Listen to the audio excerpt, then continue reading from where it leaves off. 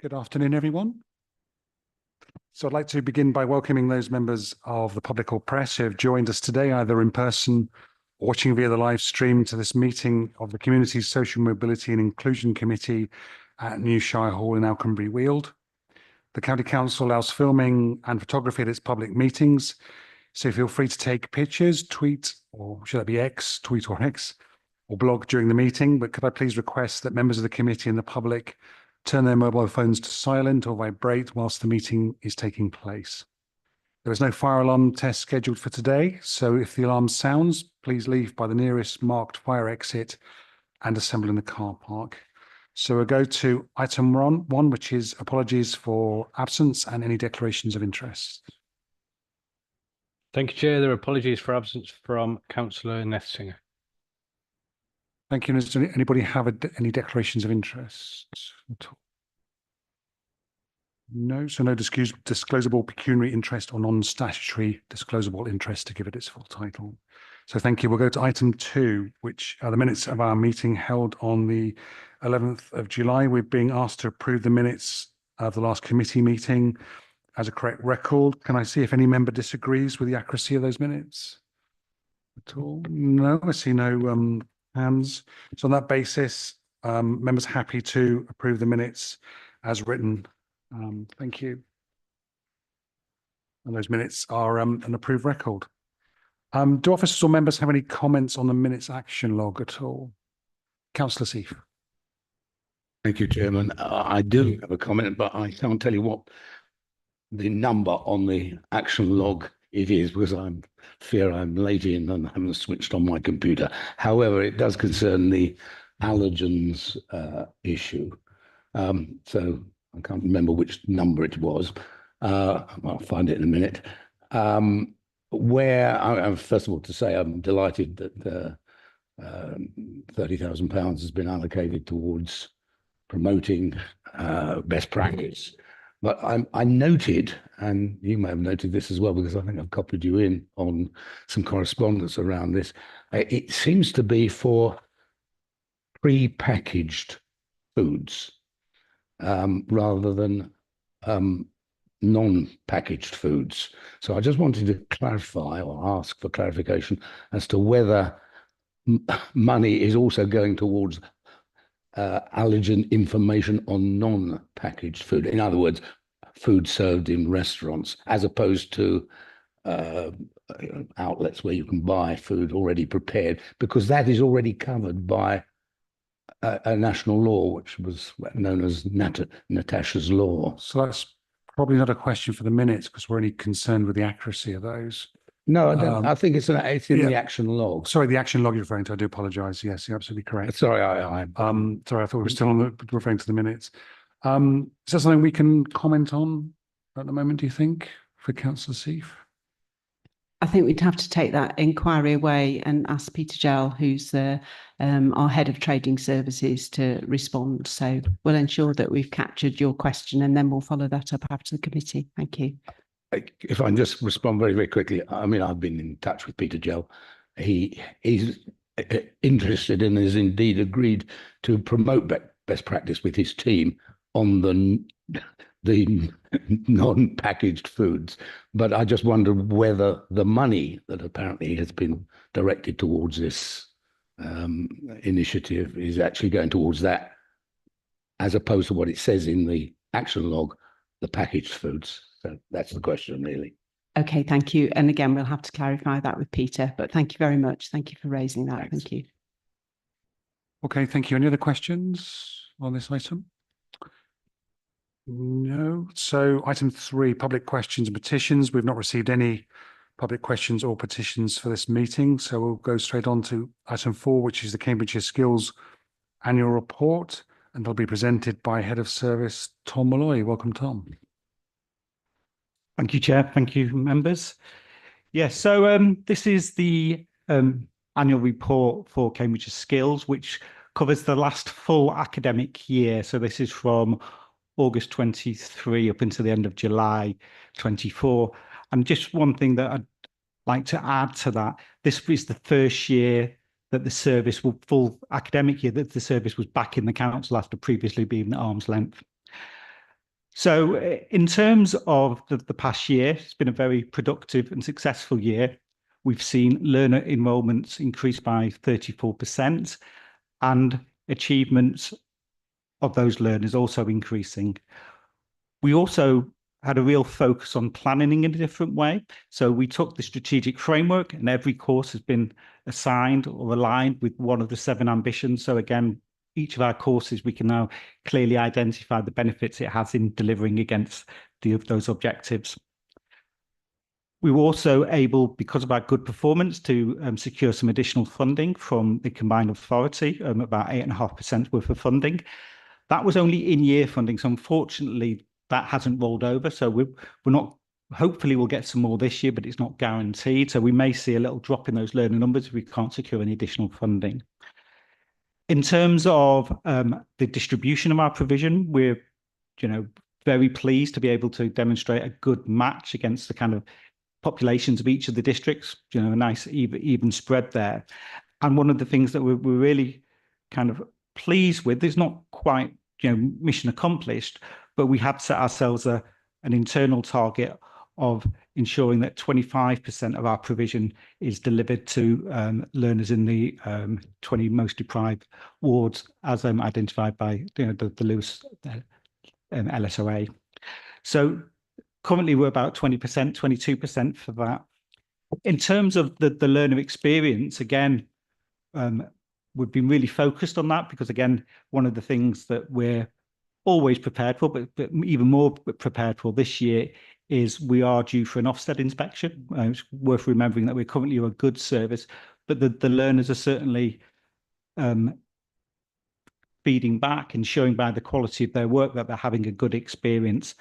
And some really important markers, to note the kind of good attendance and actually the kind of when we conduct end of course evaluation, they're feeling safe, they're feeling that their learning aims and their goals have been achieved.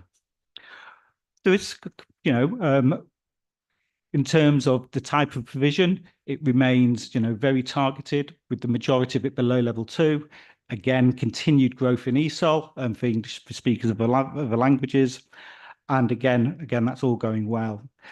Slight concern about our level 2 maths, where we are slightly behind the national benchmarks, but we are confident that we understand why. So we're 3% below, so it's nothing, major, and there is a national issue there. But I think one of the challenges that we face, and again, we are now putting measures in place, is that more of our learners on those maths qualifications, we've discovered English isn't their first language. And on the level 2 maths paper, it's a lot about sort of, scenarios where there's a lot of kind of reading to be done. So it's not, just a set of straight numbers and sums, which is someone's doing. There's a kind of a scenario, you're going on a journey, you're going to be buying paint for a room, etc. So actually, someone who's haven't got a good level of English will be disadvantaged. Also, over the last year, we've recommissioned our services and taken on 10 delivery partners who are delivering, in areas where we're, there's a particular need, and are able to demonstrate that they're able to meet some of the needs. Again, when in their bid, they had to link what they were offering in their proposals back to the strategic framework. So again, we've got that golden thread going through all of our provision, whether it's delivered directly by ourselves or by our delivery partners.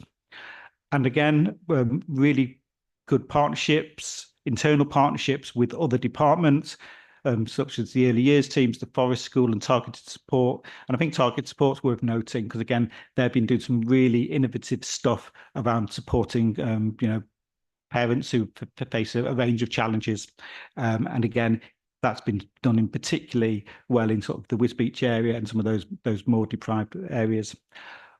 Also, making our own contribution to the closer communities, with the successful project going on the Oxmoor, which is in partnership with Hunt's Nursery and other partners, which has been really successful. And again, we're now looking to do something similar and something around ESOL, again, looking at similar models of delivery and engagement and curriculum design for Wisbech. So that's on there. So, as I said at the beginning, we're kind of waiting for Ofsted, but we feel ready. You know, the cake is built, you know, and we think it's a good cake, and we've still got a bit of time to get, some nice icing and the cherry on the top. And I'm not going to say, better than good, but, potentially we are a safe good. Again, I think we need a complete disaster to be anything but good, but there is a potential, and we've recently had a current HMI who works for Ofsted come in to do some support work with us, and was very complimentary about what they saw and what they heard from our teachers and our learners. So again, I think we're in a strong position. So thank you for hearing the report, and any questions? Thank you very much, Tom. Claire and then Philippa. Thank you for the report. A question and two questions really. One on the maths issue, where you're a little below target. Is that in a specific area or is it across all the areas of the county? So just an indication on that, if you wouldn't mind. And then under 3.9, you mentioned the course, the Ready Steady Cook course, which sounds really interesting, and that will require language and mathematical skills. It sounds as if that's been very successful. Can that model be replicated in other areas or in other, I can't think of the right word, or in other scenarios to help with both the language and the mathematical skills? Thank you. So in terms of the maths, it's a general thing. Again, it's a kind of across the piece that's with ourselves and with our delivery partners. And it's just want to also stress, this is purely at level 2. So our success rates at level 1 are good. There is an issue with level 2. As I said, this is there's a national issue. And again, when I talk to our peers at similar county-wide local authorities, we're in a similar ballpark. We're not accepting this as a position, but again, it's not something that we're sort of an outlier. But we've done some work, and we've actually had some specialist CPD in to work with the maths tutors to help support them to get better. So we're expecting to see improvements in the next year. In terms of the Ready Steady Cook, that was actually something that we started on the Oxmoor, and it proved successful. So we've been continuing to roll it out. We've been delivering it in Wisbech, March, and a number of locations, Cambridge City as well. So it's something, yes, that we can and we are rolling it out for other scenarios. Thank you, Philippa, and then Alex. Thank you, Chair. Yes, I'm intrigued. Oh, thank you for the report. I'm always interested to read Cambridgeshire Skills stuff. I'm intrigued as to how an Ofsted inspection is carried out for a service that's really rather disparate, and sometimes you don't see the results for another year or so.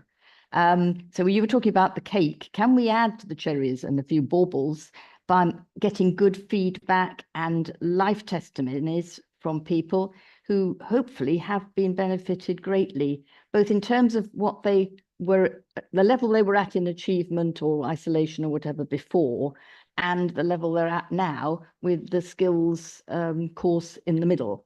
I don't know quite how much Ofsted does the value added. I'd be interested to know. Thank you. Thank you. They do quite a lot, but in just terms of the practicalities, in very brief. So the inspection will be over 5 days. We'd expect to get 2 days notice. There's a possibility that will be extended to 5 with some of the changes that are going on with Ofsted, but we're working to the principle of 2 days. And there will be a team of inspectors who will basically come, and as soon as they hit Cambridgeshire, will get out and go and observe lessons. There will be a lead inspector who will be based potentially here in Shire Hall, who will speak to managers, members of the committee probably, but certainly the chair in his capacity as chair of the advisory board, and other officers and partners. In terms of those case studies, as you mentioned, we've been collecting those and doing those. But for Ofsted, they're inspecting that week. So while they're very interested in those case studies to see the impact, that is very important. They do in effect like learner audits. They will sit down on that first day and say, actually, we're going to do ESOL. They'll say, okay, they'll pick out, say, 10 current learners, and they'll look at that learner's journey, and and then they'll speak to those learners. So it's kind of, that's how it's done.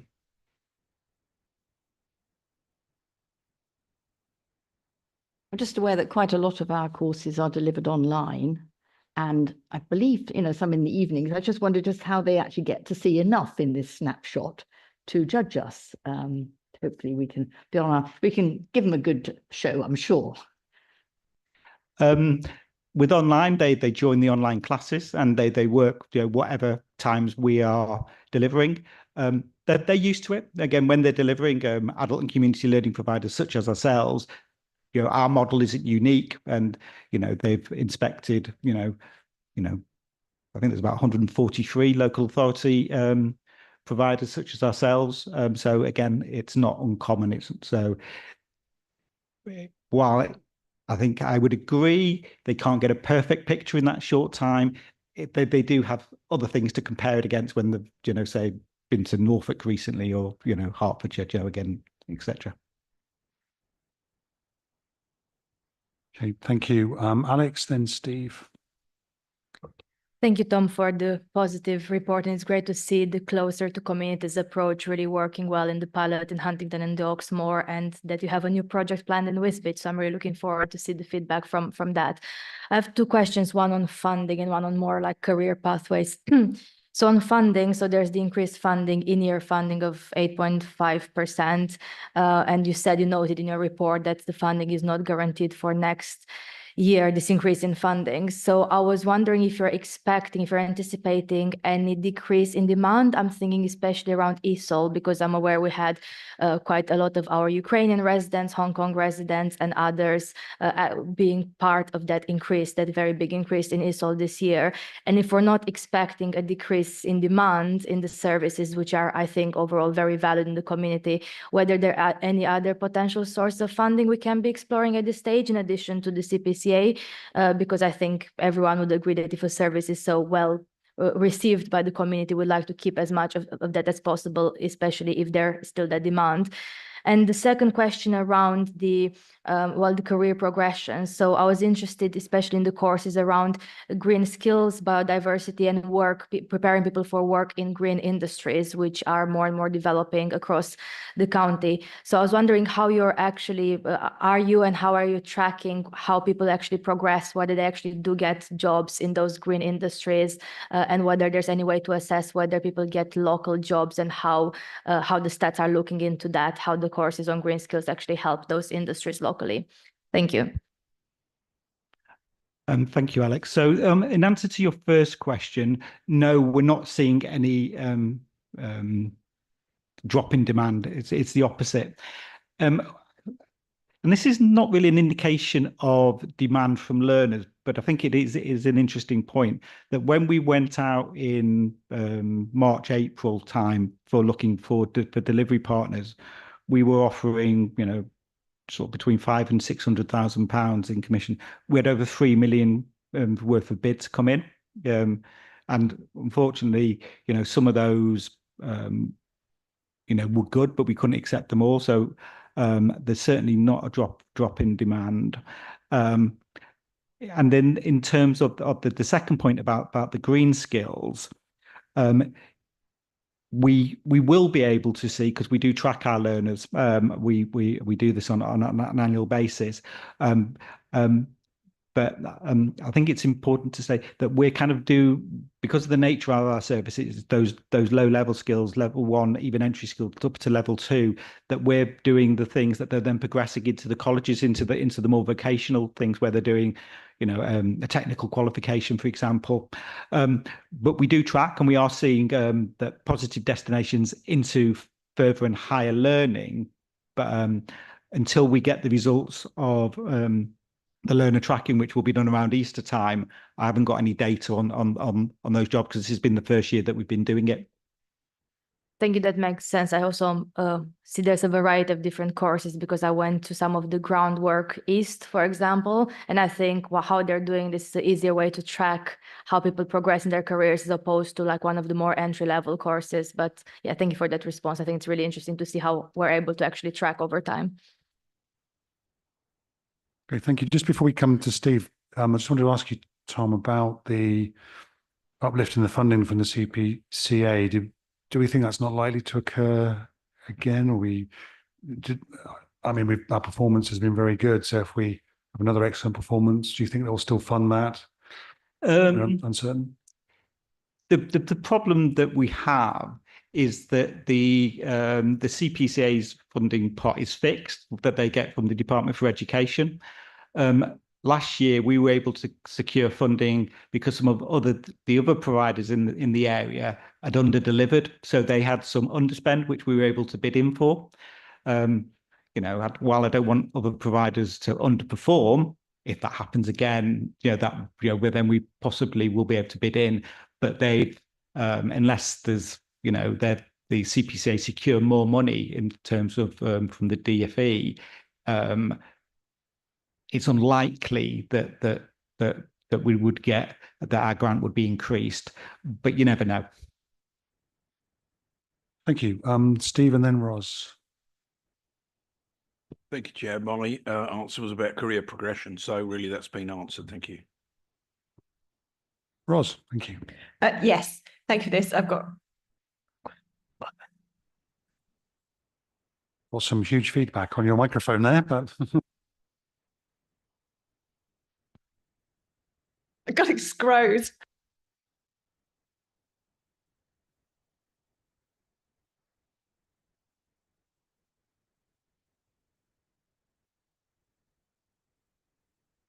Right, that's better. So 3.6, over the duration of the last academic year, it's about targeting the most deprived wards on the most deprived divisions in the county, which seems very sensible. I'd like to know what that targeting looks like. Also, when I reread this, the 3.6, when it says that 22% of all our learners come from the 20 most deprived divisions in the county, my sort of back of an envelope maths on this is the 22% of our learners come from about a third of the division. So actually, it feels that it could be better. You'd think there would be at least a third. But I mean, yeah, if you could explain what's going on, that's really helpful because I recognise that it's not straightforward targeting the most deprived learners as well. And the other question was about the guidance and looking at the hubs where this takes place. And it does, and being a South Cambs councillor, that none of those hubs are in South Cambs, but I recognise that actually Cambridge is the most sensible place for lots of South Cambs to go to, also St Ives and Ely and St Neots. So that seems sensible. But if you can't get to those places from wherever you are, is there an online offer as well? I'll answer the second question first because it's simpler. So in terms of that offer, I met only I think it was last week with South Cambs District Council and looking to use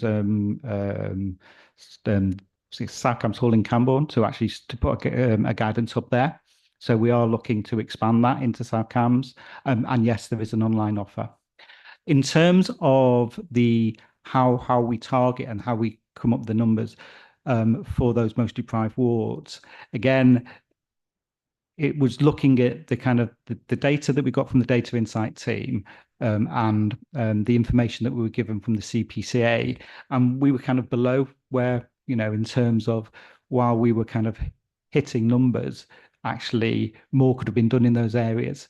So it's kind of, work in progress. But again, we're fed the data. Again, we've got really good colleagues in the Data Insight who can sort of guide us to where we should be, and then the CPSA are also feeding us information. And then what we're doing is kind of matching where those skills gaps are and those needs, and plotting courses to be in those areas or available to the learners who live in those places. Yeah. Thank you. Anybody else? Well, thank you very much, Tom, for such a good report, and keep up the good work. Another excellent year. So well done. Thank you. Really appreciate it. So we've been asked to note the contents of the report, which I think we're all satisfied that we've done. So thank you. So now we'll go on to item 5, which is road closures for remembrance events, and that'll be presented by our Armed Forces Covenant Partnership Coordinator, Tommy Kelly, and the Community Services Team Manager, Adam Garford. And members may recall that Councillor Hoy had a motion about this at full council, so we're basically reporting back on that. So over to Tommy and Adam. Super. Good afternoon. Thank you, Councillor Sanderson, Chair, for this opportunity to address the committee. As you mentioned, I've not met everyone around the table. So my name's Adam Garford, Community Services Manager for the community team south of the county. I also have the pleasure of managing Tommy Kelly, sat beside me, who is our Armed Forces Partnership Coordinator for Cambridgeshire and Peterborough. So as you'll all recall, full council agreed a motion in July this year to look at how we reduce the financial burden to town and parish councils when organising road closures for remembrance. Members will remember the action was to bring a paper to Cosmic to look at this, which you've all seen. We're grateful for full council for raising the issue, and I would like to hand over to Tommy, who will summarise the report. We will, of course, answer any questions at the end of the update. I'll hand over to Tommy. Thank you. Thank you, Chair and Committee, for this opportunity to present to you today. Cambridgeshire is home to RAF Witton, Mission Ready Training Centre Bassingbourn, 2 Army Reserve units in Cambridge City and a Royal Marine Reserve detachment in Cambridge City also. Cambridgeshire is also home to around 23,000 known veterans and their families and numerous adult cadet volunteers. Remembrance events occur across the country and county, usually with 2 dates being marked. These are Remembrance Sunday, the 2nd Sunday of November, and Armistice Day on the 11th of November. Remembrance provides an opportunity to remember the sacrifice of the armed forces community from United Kingdom and the Commonwealth. It also allows us to pay tribute to the special contribution of families and of the emergency services, and acknowledges innocent civilians who have lost their lives in conflicts and acts of terrorism.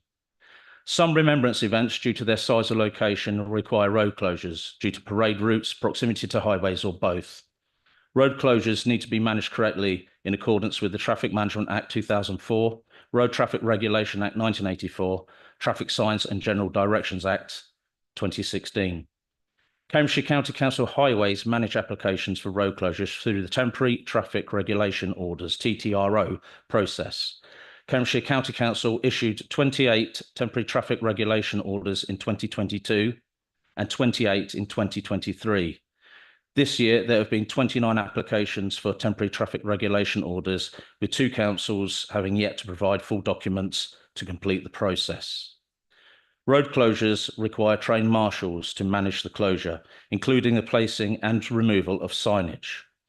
Some councils that require road closures for their remembrance events employ the services of third-party traffic management companies who charge for their services, while others utilise trained volunteers.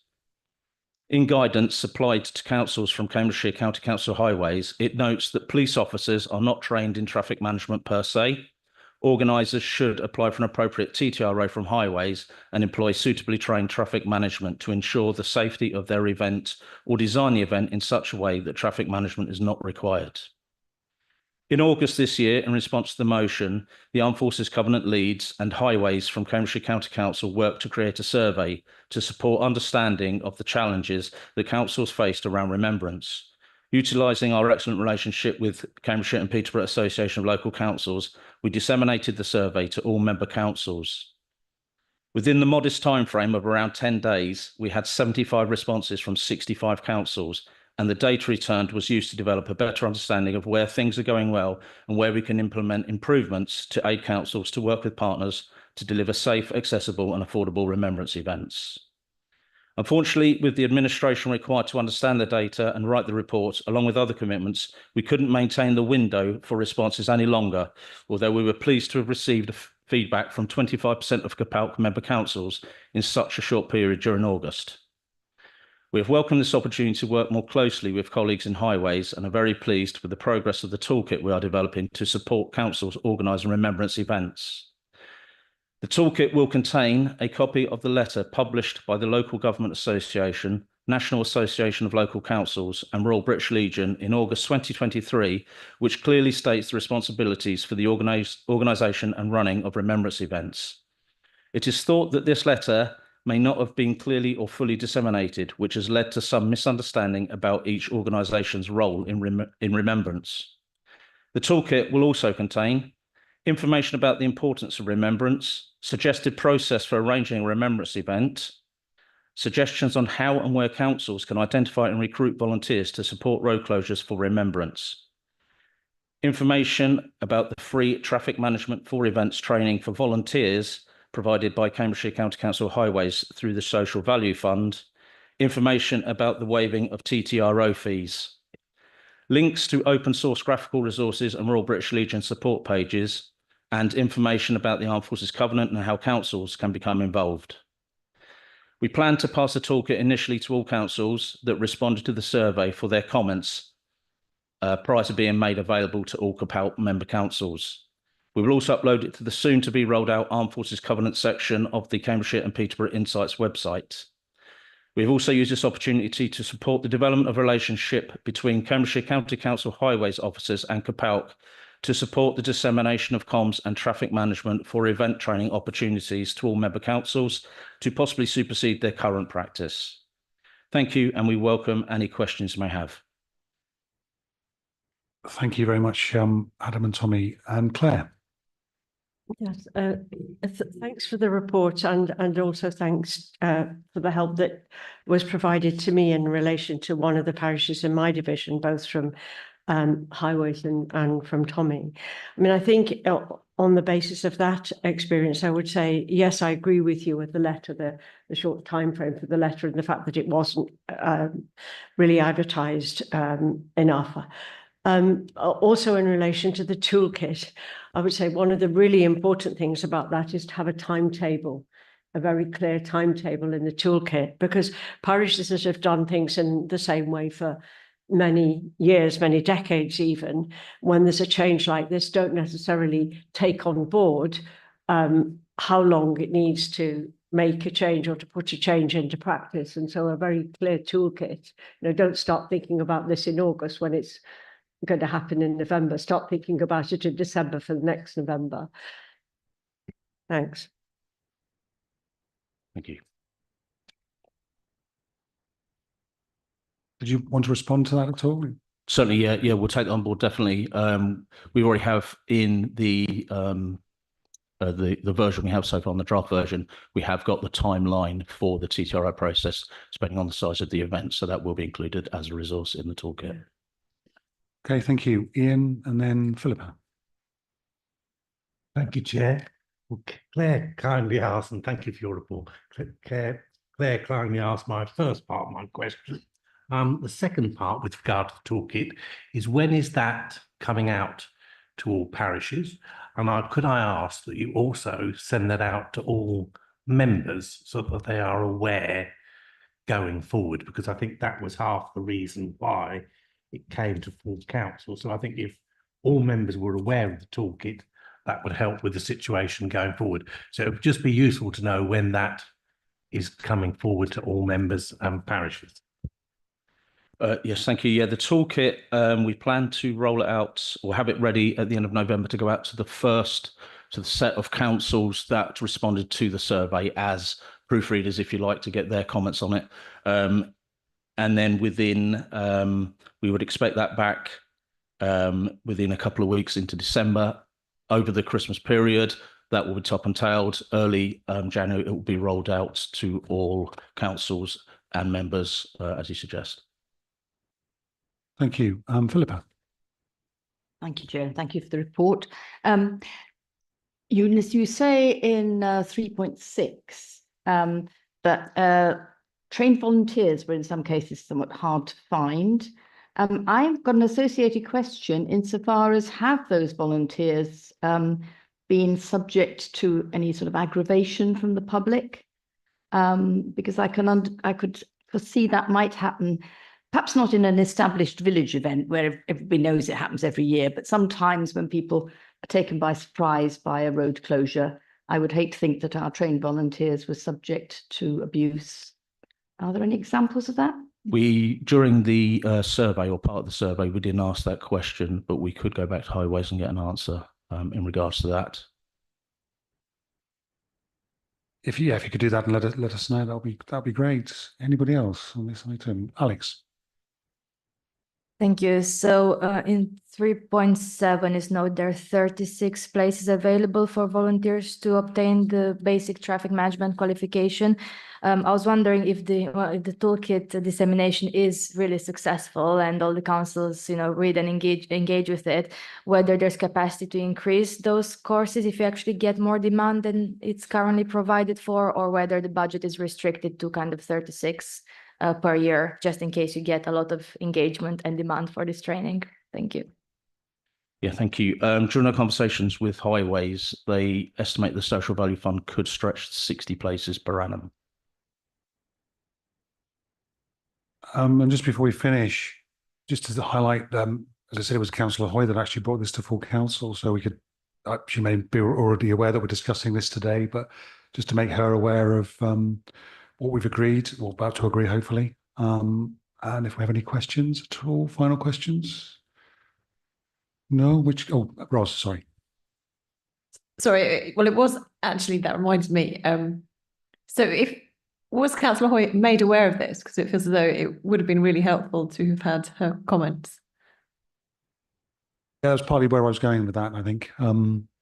Is she aware? I assume I'm perhaps assumed incorrectly, maybe, that she was aware this was coming here today. Do we know?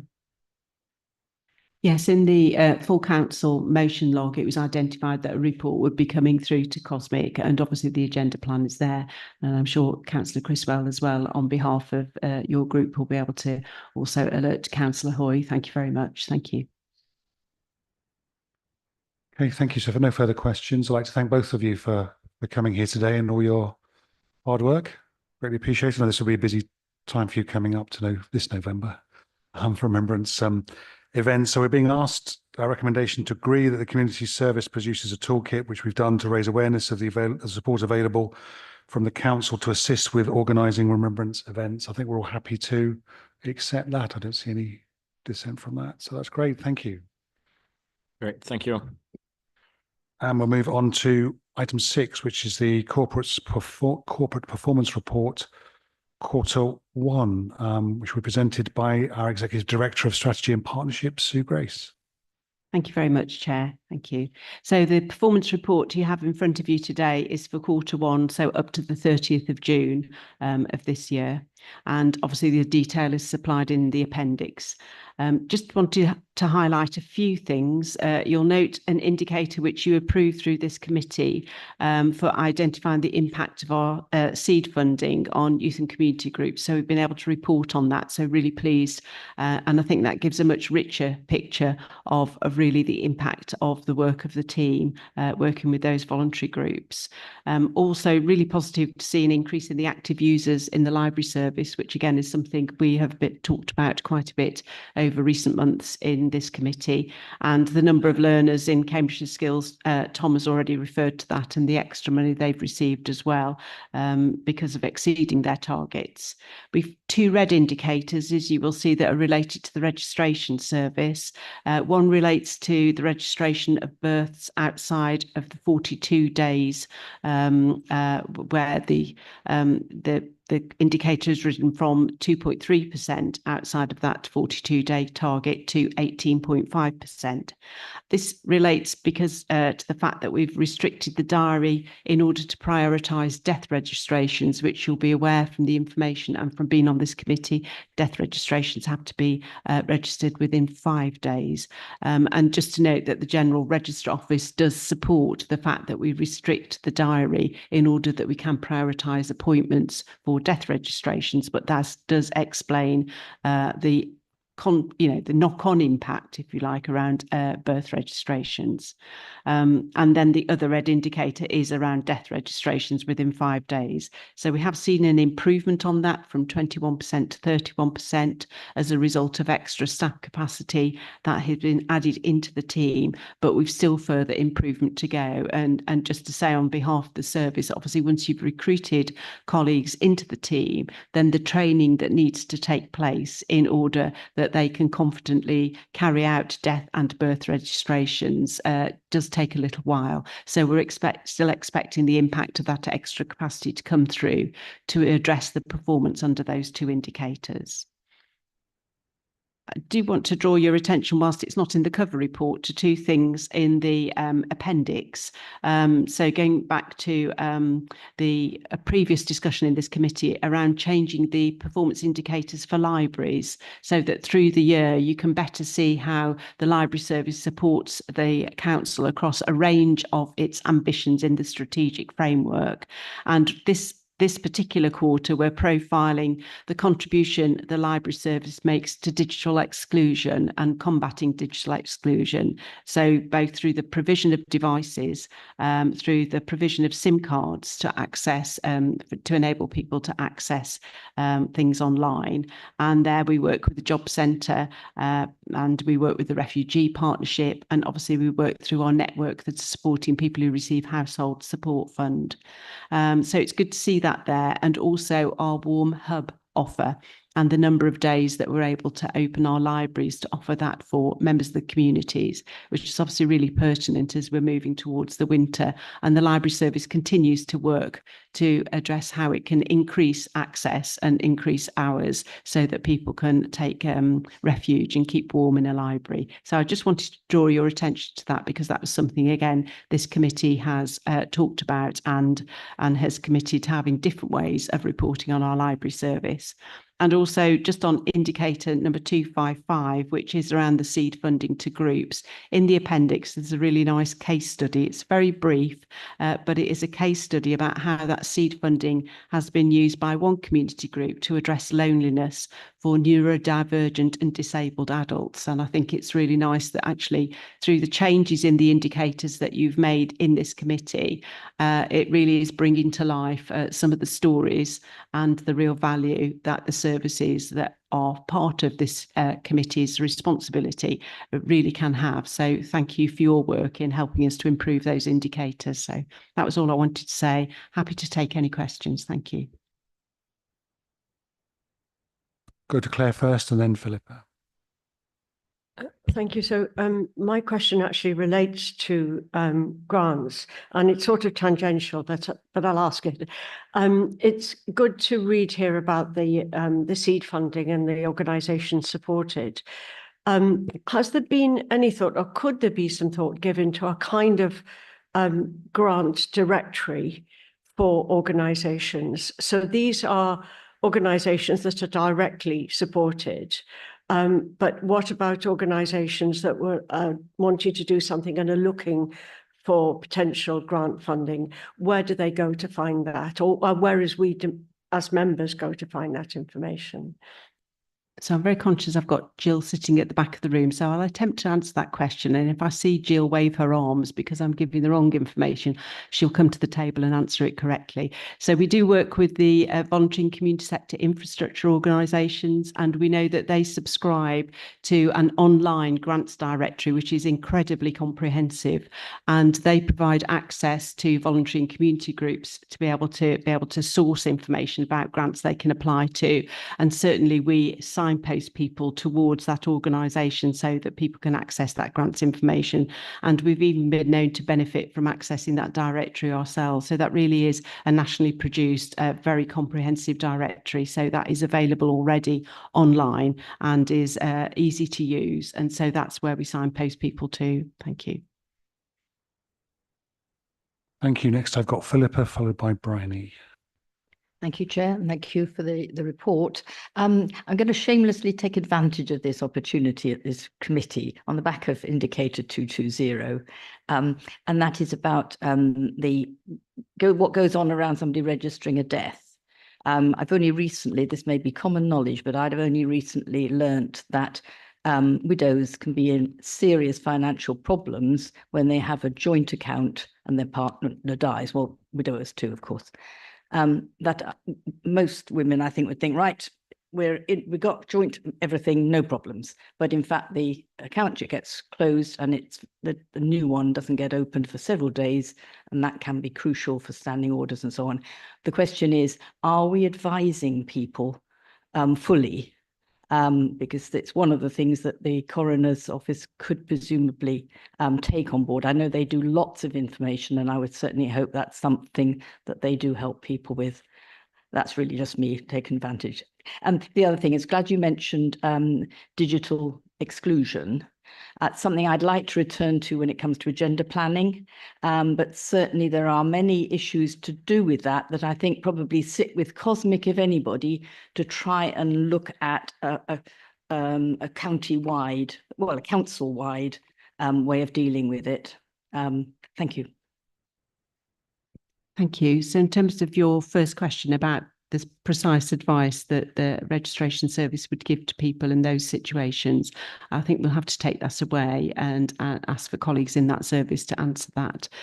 But I do know they are very supportive and empathetic of the range of circumstances that people find themselves in when people pass away. So we'll take that one away. And in terms of digital exclusion, yes, I mean, I'm sure when we come to the agenda planning, we can cover off that point. Thank you. Okay, thank you. I've got Bryony and then Jeff. Thank you. Looking at indicator 198, I know that the numbers haven't changed particularly much, but I'm quite interested in Pathway to Green and the work with the police and the MASH to reduce delays and looking at the changes made to the triaging process. Can you give us an update on how well that's going and where you are in that process?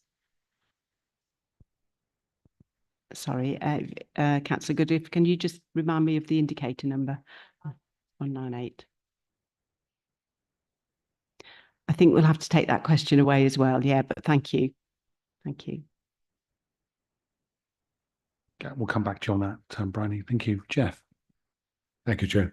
Very encouraging, the results of the seed funding on youth organisations. But in fact, the numbers are pretty small at this stage. And of course, we're reporting on 2023-24, when I think there were only 8 organisations that were, unless I'm misreading this, recipients of the grant. I understand those 3 that will have got match funding or additional funding, and half that, because it's an objective assessment. I just wonder, and particularly for the future, and I'm not being over skeptical here, I think, in asking how the assessment of those organisations that have met their outcomes is determined.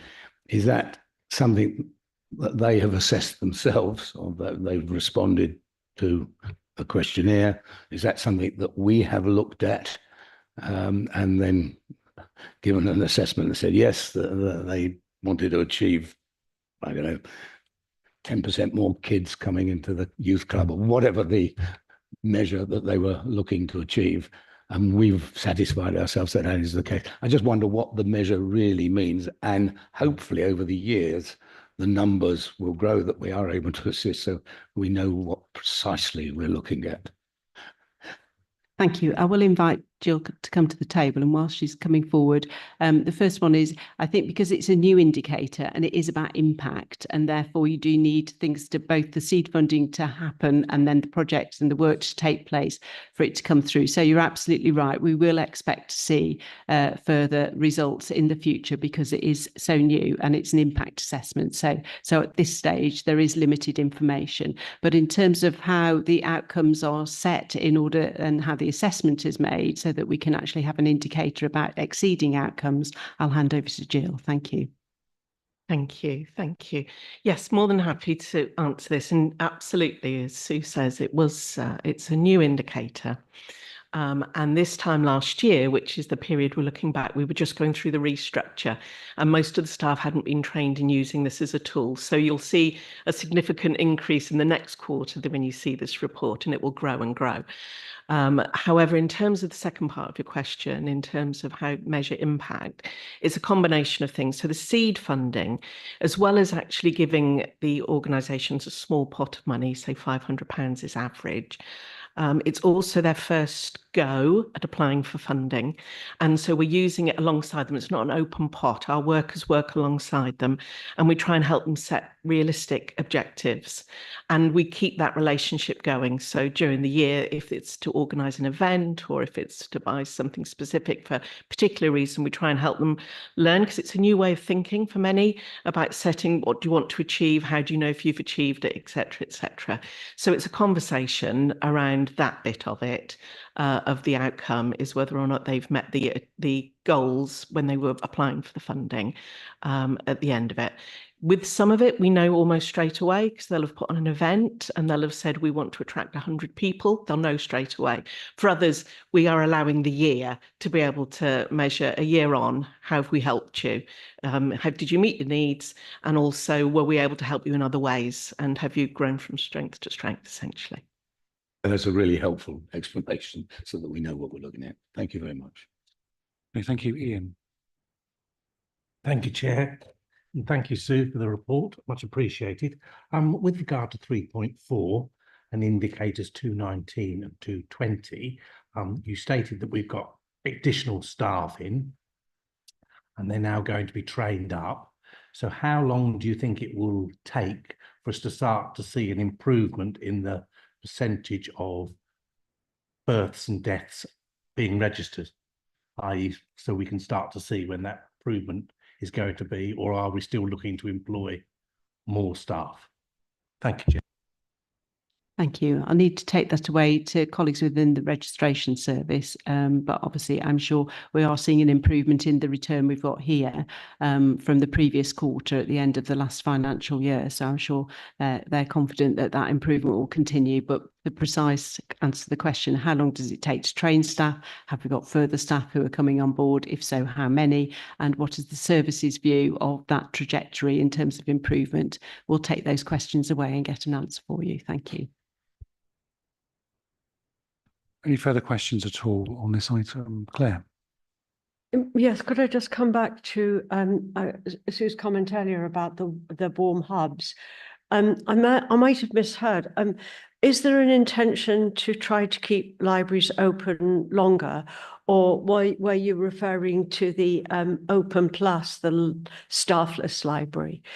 Yeah.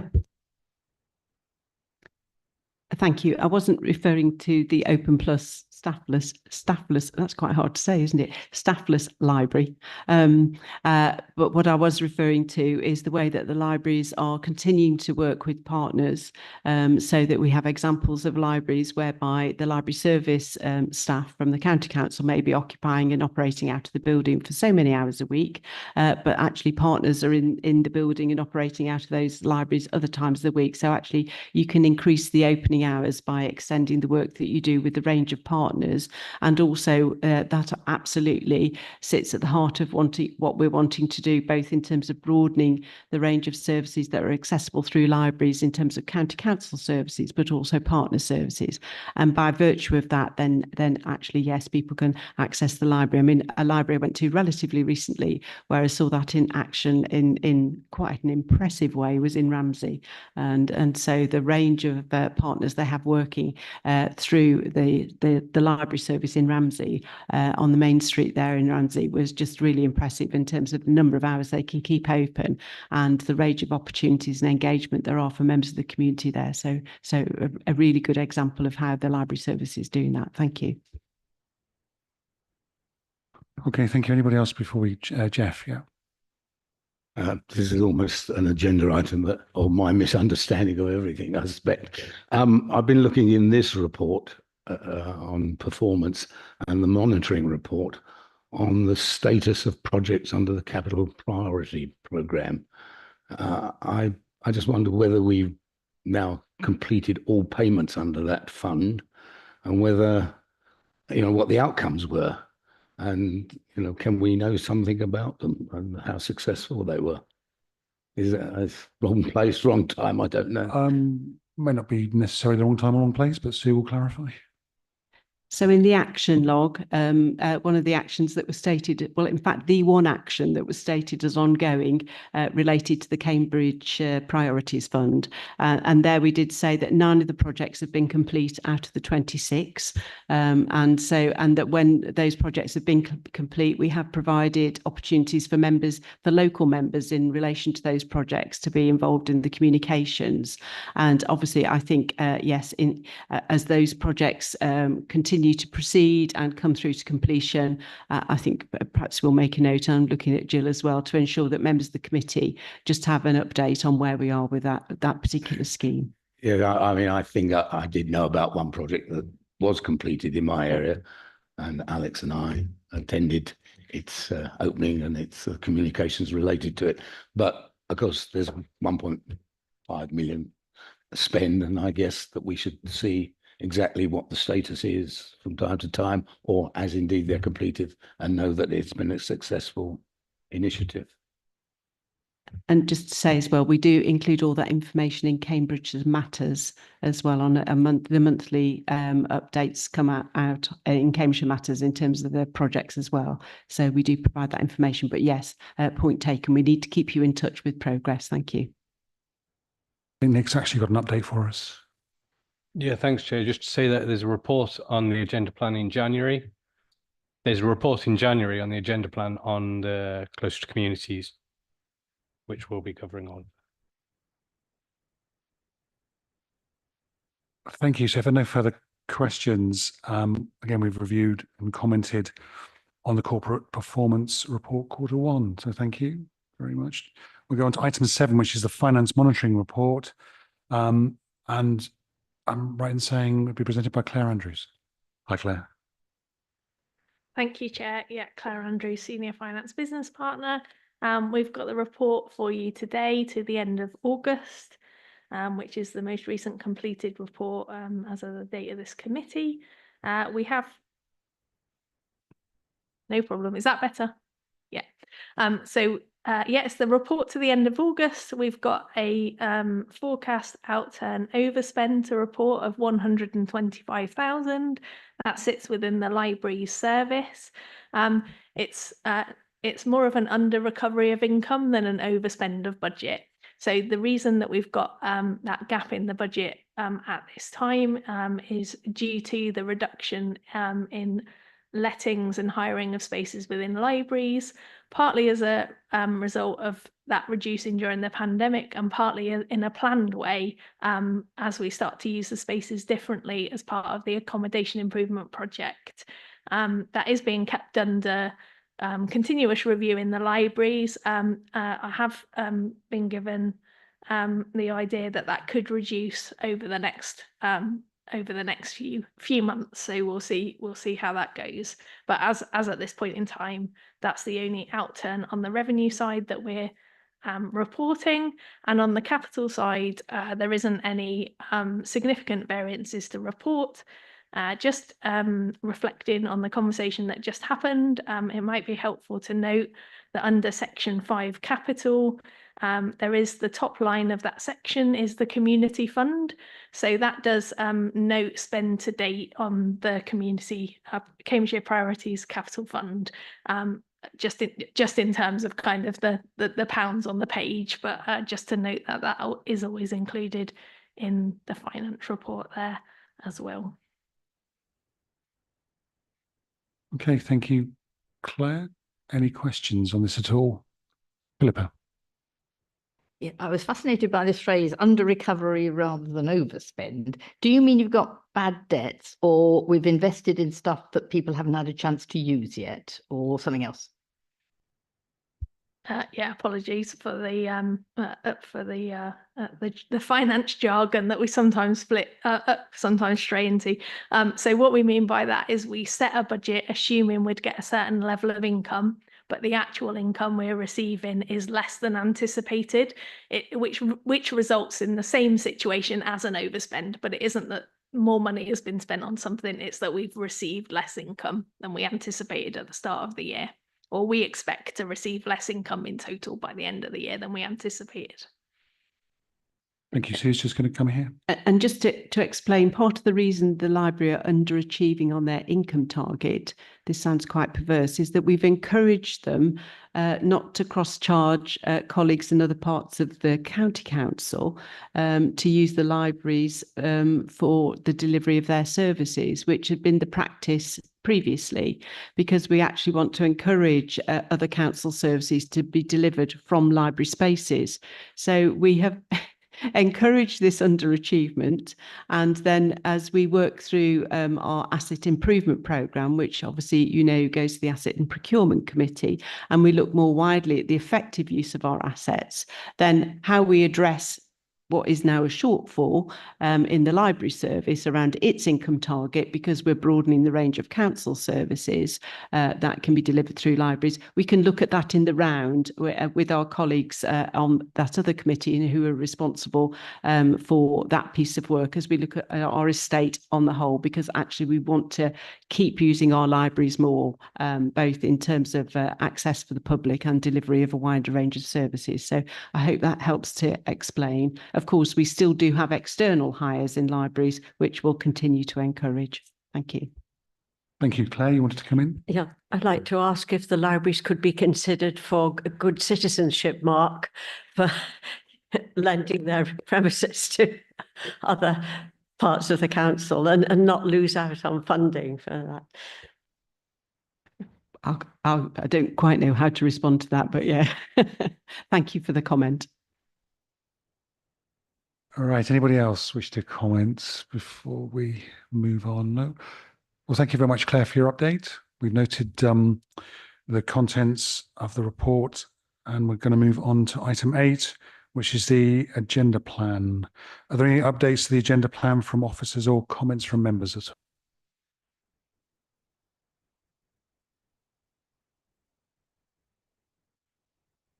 Philippa, you wanted to mention something about digital exclusion? Yeah. Thanks, Jay. So I was just trying to find the right place to put it. Councillor Gardner did suggest a report from the community safety champion at some point. I rather resisted that as far as me personally doing it. But the more I found out about community safety as a topic and the way in which it deals with so many different agencies, the more I am convinced that we need to bring things together so that members and officers of the county know where we fit in and how we can best use our resources. And so if it was possible to have a report about community safety as a topic, that would be very welcome. One of the things I did want to raise is digital exclusion, and especially in relation to financial scams, because I am increasingly alarmed, having been to these workshops in DigiFest, that there is an irreducible minimum of digital exclusion based on an individual circumstances. Although there are trends and there are ways in which you can say, well, this is a group of people who've got the same problem. But there's also, it seems to me, a really serious barrier when it comes to online banking and the payment for online bookings, which can be catastrophic for individuals who don't have someone they can ask for help, because having somebody you trust is key. Hopefully everybody in this room has somebody to turn to. A lot of people don't. And I'm wondering if the organisation they should be able to turn to is indeed the county council. But I know that actually setting ourselves up as somebody who could help somebody through the detail of a financial transaction is fraught with issues to do with insurance and training and safeguarding. But the alternative of not helping, I feel, is very serious. And I'd like us to look into that, if we could, please. We can certainly note that and see if we can put it on a future agenda. Certainly, thank you. Sue, and then I'll go to Alex. And just to say that the committee with the lead for all things digital in terms of digital exclusion, because of the Connecting Cambridgeshire work, is the EGNI committee. And certainly, so we can liaise with colleagues around that, but certainly it does, the whole issue of digital exclusion doesn't just sit with Connecting Cambridgeshire. And we do have, through our volunteering community network, we do have contacts with community groups that do support people around things like Neighbourhood Watch and scams alerts and those sorts of issues, and advice to people around online scams and other forms of scams. So perhaps we can just take that away and give it more informally, give an update on perhaps some of that work. And I know as well, it crosses, when it gets serious, it crosses into Peter Gell's area as well in terms of trading standards, and so there can be some issues there. So if we make a note of that and have a think about how we can update you on the work that we are doing, but the committee that reports on digital connectivity and digital exclusion is EG&I committee. Thank you. Yes, you're absolutely right, of course. But I feel that the COSMIC bunch have got the skills for dealing with individual people and individual complications, which is very relevant. And sometimes it's not the skill set of Connecting Cambridgeshire, though they try. I'm not wishing to criticise them, but when you then point out some of the things that do exclude people, they say, oh yeah, we need to think about that. So yeah, yes, please. But I'm aware of people who try to help, but there is this issue of actually pressing the buttons that releases money that people are not allowed to play a part in for somebody else as things stand. And we maybe should, at a higher level, be grappling with that, because otherwise people just have to turn away. Somebody puts in what they think is right and it shuts down on them. And, you know, it's very, people become quite distraught. That's what I meant, that final step. Thank you. Thank you, Alex. Thank you. Also, we are on this topic of member champion update. You know, there is one action around member champions being included in the quarterly member newsletter. So I'm working on mine for this month, and I'm sure others will in the future. But I do agree with Councillor Slatter that especially on community safety, it might be good to look at an overview report on the activity there. There's community safety is on the agenda for the next full council. So like maybe like waiting to see the outcome of that, and maybe some of those actions, you know, if supported, could be part of the report as well. Yeah, in general, I think on my side as member champion for on the migration aspect, I think that's something that as we're developing the migration forum, as our officers are working more with communities, maybe like later on, if we do like the community safety topic first, and like later on we could consider once that work develops more, and if we're progressing towards the county of sanctuary status, it might be good to have an update around that as well at an appropriate time in the future. But meanwhile, just so all members are aware, there will be more visibility to the member champion roles as it was raised in the previous committee in those newsletters as well, the monthly newsletters, well, quarterly newsletters, not monthly. Thank you. Thank you. Unless there are any other members who wish to comment. Anyone else? No? Brilliant. Thank you. So that brings us to the end of today's meeting. I'd like to thank you very much for your attendance. And our next committee meeting will be on the 5th of December. So see you then. Safe journey home. Thank you.